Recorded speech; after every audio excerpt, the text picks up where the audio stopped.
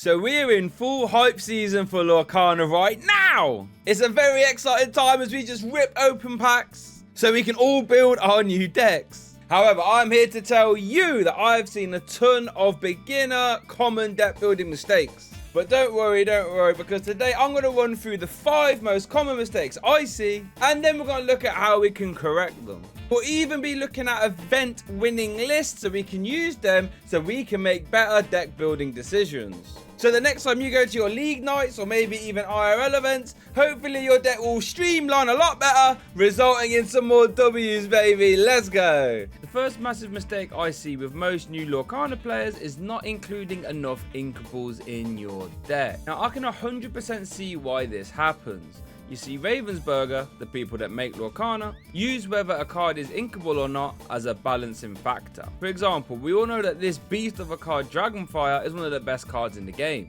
allowing you to simply banish any chosen character. This makes it very strong for resetting board positioning and helping you get ahead. However, in order to make it more balanced, Ravensburger has made it uninkable. This means if you draw it early, it can essentially clog up your hand. And in a game like Lorcana, where draw is very limited, having dead cards can be really deadly. But don't get it wrong, having a few non-inkables is fine. For example, Cusco is uninkable and my deck runs 4 of them. And Cusco is a staple in one of the best decks in format, Amber Emerald. But the problems just really start to arrive if you have too many. For example, look at this opening hand. With only 2 inkables, you're going to really struggle to get in this game unless you top deck some, and if you don't, you won't be able to get much ink into the inkwell, and that means you won't be able to get your characters into play, and then the game gets out of hand really fast. So as a rule of thumb, try and have an absolute maximum of 15 uninkables in your deck, but if possible, feel free to have lower. Now this is a mistake I 100% made myself too. When my booster box arrived, I was tearing through my packs, only stopping to look at the high cost lore glimmers like Genie and Tinkerbell for example. However, when I learned more about the game, I learned that item cards are actually very valuable too. Items have a real big advantage since they can hang around the board and be used on multiple different turns. This means if you can get them into play early, they can have a massive influence over the game. For example, blue decks love to get ink into play ASAP, so cards like Belle can go bonkers by going up to 5 lore. One main card they use to do this is Detective Mickey Mouse, which has a power called Get a Clue that lets you put the top card of your deck into your inkwell exerted. However, did you know that there is an item card that is to Detective Mickey Mouse, but since it's an item card, you can use it over and over again throughout the whole game, giving you insane value. I'm of course talking about Fishbone Quill, which when exerted lets you put any card from your hand into your inkwell face down. Similarly, Amethyst decks are all about drawing cards as soon as possible to build crazy board states, with cards like Elsa for example. Black Mirror is perfect for that since it lets you draw extra cards. Do you know how strong that is? A reusable item that draws cards. This is something that if you don't have much TCG experience, you might be more susceptible to. You see, I want you to think about your deck a little bit as like building a pyramid. You need to have more stuff at the bottom than you do at the top. Otherwise, you won't have bricks at the bottom and you'll never be able to get to the top. So if we think of the bottom of the pyramid as low cost cards like your 1, 2 and 3 drops, like Simba, Lilo and Flynn Rider for example, and then think of the 3, 4, 5, 6s and anything higher as the top of the pyramid.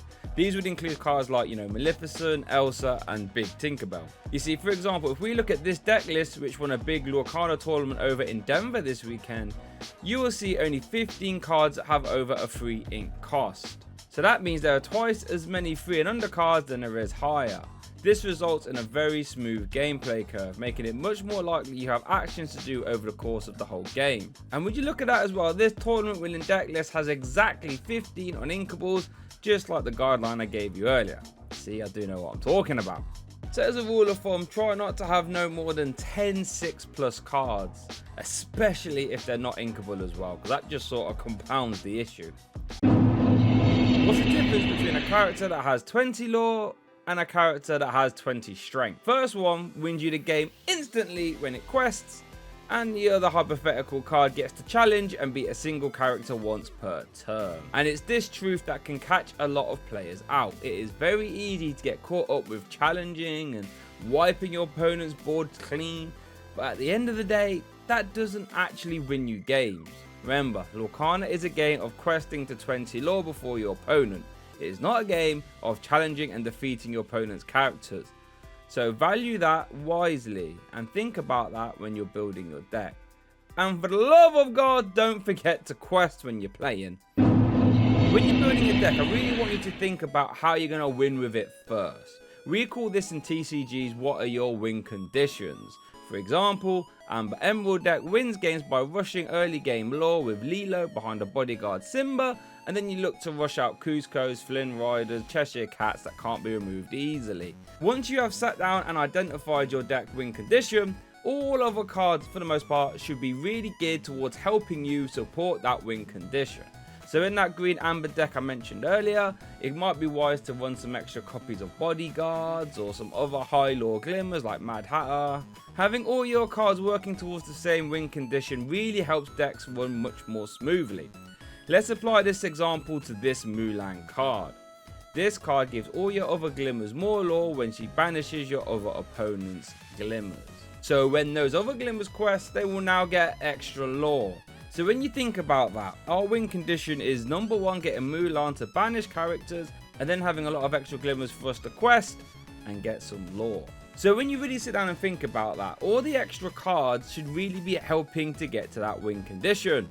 So cards should really be aiming to support Mulan by either giving her extra strength so she can banish characters easier, or by helping her ready up so she can challenge again multiple times in a turn, right? Streamlining your deck to accomplish one strategy will make it flow much better, I promise you. But this style of deck building does unfortunately mean you can't just jam in that random enchanted rare you pulled. Unfortunately, as nice as it is, it might be better to leave it in the binder. But let me know what you think about this list. Are there any other beginner mistakes that I might have missed? Leave them in the comments. And while you're down there, if you leave a comment with your favorite card in Lorcana right now, you will be entered into the giveaway where you will win one of these customized ink pendants and a box of Dragon Shield sleeves too. Like the video and subscribe to make sure you're entered. And why don't you check out this video here where I go through the best common cards in Lorcana right now.